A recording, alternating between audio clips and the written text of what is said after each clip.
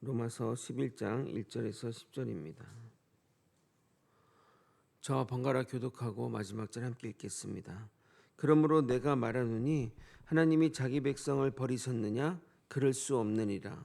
나도 이스라엘이니요 아브라함의 씨에서 난 자요 베냐민 지파라. 하나님이 그 미리 아신 자기 백성을 버리지 아니하셨나니 너희가 성경이 엘리야를 가르켜 말한 것을 알지 못하느냐. 그가 이스라엘을 하나님께 고발하되 주여 그들이 주의 선자들을 죽였으며 주의 제단들을 헐어버렸고 나만 남았는데 내 목숨도 찼나이다 하니 그에게 하신 대답이 무엇이냐. 내가 나를 위하여 바알에게 무릎을 꿇지 아니한 사람 7,000명을 남겨두었다 하셨으니 그런즉 이와 같이 지금도 은혜로 택하심을 따라 남은 자가 있느니라. 만일 은혜로 된 것이면 행위로 말미암지 않음이니 그렇지 않으면 은혜가 은혜되지 못하느니라. 그런즉 어떠하냐 이스라엘이 구하는 그것을 얻지 못하고 오직 택하심을 입은 자가 얻었고 그 남은 자들은 우둔하여졌느니라. 기록된 바 하나님이 오늘까지 그들에게 혼미한 심령과 보지 못할 눈과 듣지 못할 귀를 주셨다 함과 같으니라. 또 다윗이 이르되 그들의 밥상이 올무와 덕과 거치는 것과 보응이 되게 하시옵고 그들의 눈은 흐려 보지 못하고 그들의 등은 항상 굽게 하옵소서 하였느니라. 아멘. 지난 설교를 정리하고 오늘 본문으로 나아가도록 하겠습니다. 이스라엘 민족에게 복음이 전해졌음에도 하나님의 의가 아니라 자신의 의와 종교적 전통을 붙들었기 때문에 그들은 복음과 상관없는 인생이 되었습니다. 믿음은 그리스도의 말씀을 듣는 데서 시작되지만 이스라엘은 복음을 듣고도 마음을 열지 않아 믿음으로 나아가지 않았던 겁니다. 그들에게는 율법과 선자의 가르침이 이미 주어져 있었기에 몰랐다는 변명도 할 수 없습니다. 결국 하나님은 오래도록 이스라엘을 부르셨지만 그들이 불순종하였고 결국 구원의 복음은 하나님을 찾지 않던 이방인들에게까지 확장되게 된 것입니다. 물론 이는 이미 구약에서부터 계획된 하나님의 구원 역사입니다. 그러므로 이스라엘이 하나님의 구원 역사에서 버림받은 것은 계속되는 주의 초청에 거부했기 때문입니다. 그들의 그릇된 특권의식, 오만에서 비롯된 것으로 예수를 거부하는 것은 멸망의 길로 갈 수밖에 없음을 명심해야 합니다. 오늘 본문은 이스라엘 남은 자의 구원에 관한 내용과 택감받지 않은 자들의 상태와 그들의 합당한 보응의 문제를 다루도록 하겠습니다. 오늘도 이해하기 어려운 내용이 포함되어 있으나 여러분이 잘 들으시고 잘 해결 받으셨으면 좋겠습니다. 우리 모두 하나님께 택한 자가 되어 예비하신 구원의 길로 걸어가길 예수 그리스도 이름으로 소원합니다. 사도 바울이 계속해서 이스라엘 민족이 자신의 의를 주장하여 구원의 길에서 벗어났다고 진술하니 이 서신을 읽는 유대인들 중에는 그러면 우리는 하나님께 버림받았으니 희망이 없다고 생각하는 사람이 생길까봐 염려되어 자문자답의 형식을 빌어 의문점을 해결하고 있습니다. 1절을 한번 여러분이 다시 한번 읽어보도록 하겠습니다. 시작.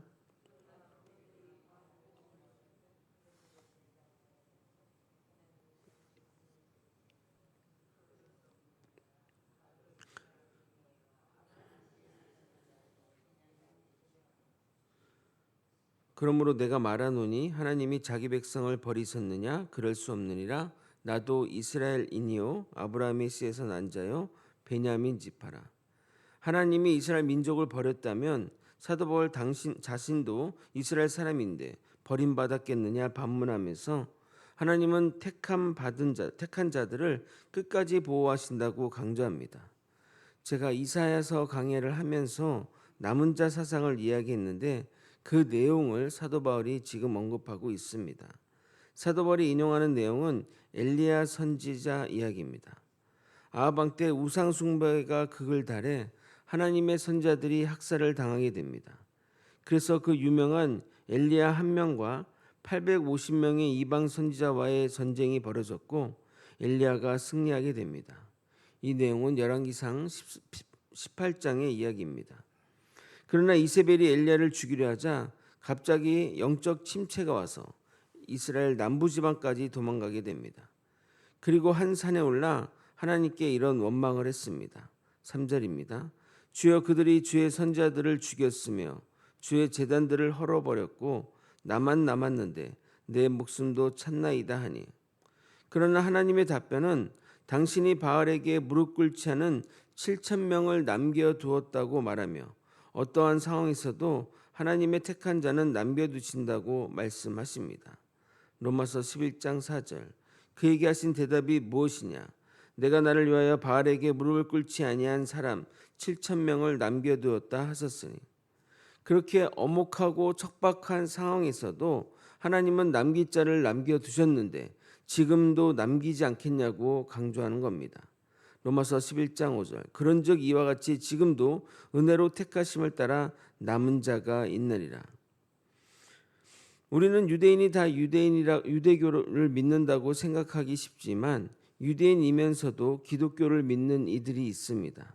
그들을 부르는 명칭이 따로 있는데 메시아닉 주라고 부르며 유대 인구 중 2.2% 정도로 수십만 명 정도라고 합니다. 그 외에도 미국 내에 사는 유대인이나 디아스포라 유대인 중에 많은 이들이 기독교를 믿는다고 합니다. 이와 같이 하나님은 어느 시대에나 구원받을 자를 택하셔서 하나님의 구원 역사를 이끌어 가십니다. 이러한 택함은 행위로 인하지 않고 하나님의 전적인 선택이기에 다시 한번 사도 바울은 그것이 은혜임을 강조하고 있습니다. 6절입니다. 만약 은혜로 된 것이면 행위로 말미암지 않음이니 그렇지 않으면 은혜가 은혜되지 못하느니라. 그러니까 하나님이 택함 받은 자만 구원하는 것이 하나님의 은혜로 된 것임을 다시 한번 강조하는 겁니다. 앞선 1절부터 6절에서 사도 바울은 하나님이 이스라엘 백성 자체를 버린 것이 아니라 어떤 상황에서도 엘리야 시대처럼 택함 받은 남은 자가 있음을 강조했습니다. 그럼 택함 받지 않은 자는 어떻게 되는 것일까요? 그들은 우둔하여진다고 말하고 있습니다. 7절을 여러분이 한번 읽어보도록 하겠습니다. 시작. 그런즉 어떠하냐? 이스라엘이 구하는 그것을 얻지 못하고 오직 택하심을 입은 자가 얻었고 그 남은 자들은 우둔하여졌느니라. 이게 무슨 말이냐면 참 설명하기 어려운 내용인데, 택함 받은 자는 복음에 반응하여 그것을 자신의 생명줄로 잡고 나아가고 택함 받지 않은 자는 우둔하여져서 복음을 깨닫지 못하게 된다고 말합니다. 원인은 하나님의 선택이지만 결과론적으로 보면 그들이 구원에 이르지 않은 것이 당연해 보인다는 겁니다. 이런 내용을 가지고 기독교 예정론을 비판할 때 항상 등장하는 말이 이것입니다. 구원받기를 간절히 원해도 하나님이 택하지 않으면 구원받을 수 없고, 죄를 많이 짓고 나쁜 짓을 많이 해도 하나님이 택하면 구원받는다라고 말합니다.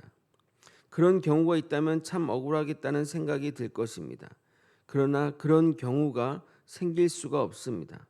왜냐하면 택함 받지 않은 자들은 마음이 완악하여지고 우둔하여져서 진리를 찾으려 하지 않기 때문입니다. 그러니까 구원받고 싶어하는 사람은 하나님이 구원해 주지 않은 일이 없다는 겁니다.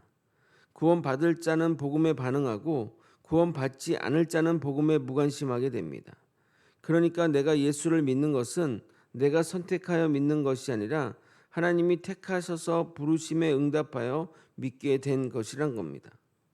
반면 선택받지 못한 자는 어떻게 되는 걸까요? 성경은 그들의 악한 상태를 내버려 두었다고 말합니다. 그들을 영적으로 무디게 한 것은 그들을 범죄자로 만드는 것은 아닙니다.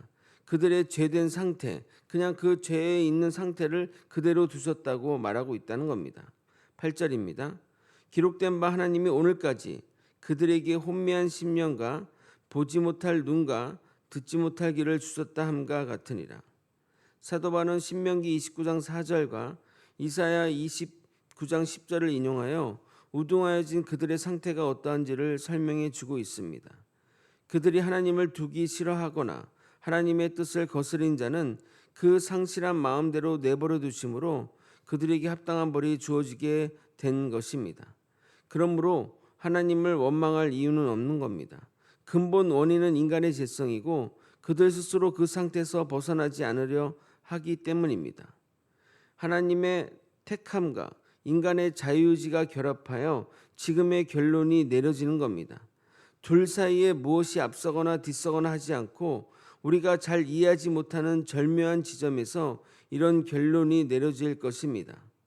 지금은 우리가 이 모든 것들을 다 이해할 수 없겠지만 아마 천국에 가면 이 모든 것이 이해되고 해결될 것이니 모르는 답에 집중하지 않는 것이 신앙생활에 유익하다는 겁니다. 제가 설명할 수가 없어서 아니라 성경이 그것에 대해서 자세히 어떤 원리로 어떤 메커니즘으로 그렇게 이루어진지 설명하지 않기 때문에 제가 이렇게 말씀드리는 겁니다. 사도 바울은 다윗의 시편 69편을 인용하여 논리를 계속 전개해 나갑니다. 다윗은 하나님께 원수에 대한 신원을 기원하였습니다. 그들의 밥상이 그들의 올무와 덫이 되게 해달라고 말입니다. 이것은 그들이 행복한 모습이 잘못되라는 의미가 아니라 악인들이 밥상 자리에서 모의작당하는 것을 말하는 것으로 그곳에서 계획한 것이 실패하라고 말하는 겁니다. 근데 사도 바울이 다윗의 이 기원을 이방인이 아닌 완악해진 이스라엘 백성이 하는 것이 좀 과한 것이 아닌가 생각이 들 수 있습니다. 그러나 바울은 그리스도를 배척한 이스라엘 백성의 완악함이 풍요로운 식탁에 앉아 악한 계획을 모의한 악한 자들의 행위와 다를 바가 없음을 강조하고자 이렇게 강력하게 경고하는 겁니다. 또한 선택받지 못한 자들이 처하게 될 운명을 가르쳐 줌으로써 로마 교회 성도들이 배교와 신앙을 저버리는 일을 하지 말라고 강력하게 말하기 위해서입니다. 9절과 10절을 읽고 설교를 마치도록 하겠습니다. 또 다윗이 이르되 그들의 밥상이 올무와 덕과 거치는 것과 보응이 되게 하시옵고 그들의 눈은 흐려 보지 못하고 그들의 등은 항상 굽게 하옵소서 하였느니라. 말씀을 정리하겠습니다. 사도 바울은 이스라엘이 복음을 거부했다고 해서 하나님이 자기 백성을 완전히 버리신 것이 아니라고 강조하며 엘리야 시대에 바알에게 무릎 꿇지 않은 7천 명을 남겨두신 것처럼 지금도 하나님의 은혜로 택하심을 따라 남은 자가 있다고 강조합니다. 구원은 인간의 행위가 아니라 하나님의 은혜로운 선택에 이루어지며 택함받은 자는 복음에 반응하여 구원에 이르지만 택함받지 않은 자들은 마음이 완악해지고 우둔해져 진리를 깨닫지 못한 채 자신의 죄된 상태 가운데 머물게 됩니다. 마지막으로 사도 바울은 시편의 말씀을 인용하여 그리스도를 거부한 이스라엘의 완악함을 경고하며 이러한 말씀을 통해 성도들이 배교하거나 신앙을 저버리지 말고 끝까지 믿음을 지키라고 권면하고 있습니다. 우리 모두가 하나님의 은혜로 신앙 가진 것에 감사하며 어떤 상황에서도 믿음에서 이탈하지 않는 저와 여러분이 되시길 예수님의 이름으로 소원합니다. 기도하시겠습니다. 하나님, 우리가 하나님을 믿게 된 것은 하나님의 택함 때문이고 하나님이 우리의 영안을 열어 하나님의 진리의 말씀을 깨닫게 하심을 아버지 감사하며 살아가는 우리 주의 백성들 되게 하여 주시옵소서. 하나님의 부르심에는 후회하심이 없다고 하셨습니다. 우리가 그 후회하심에 아버지 하나님의 부르심에 후회되시지 않는 인생이 되도록 이끌어 주시옵소서. 세상이 예수 그리스도를 부정하고 기독교를 부정할지라도 오직 우리는 예수 그리스도만 따르며 불의와 불신과 또 아버지 하나님을 버리는 그런 길로 나아가지 않는 아버지 신앙의 길로 나아갈 수 있도록 이끌어 주시옵소서. 이 모든 것 우리 주 대신 예수 그리스도 이름으로 기도드리옵나이다. 아멘.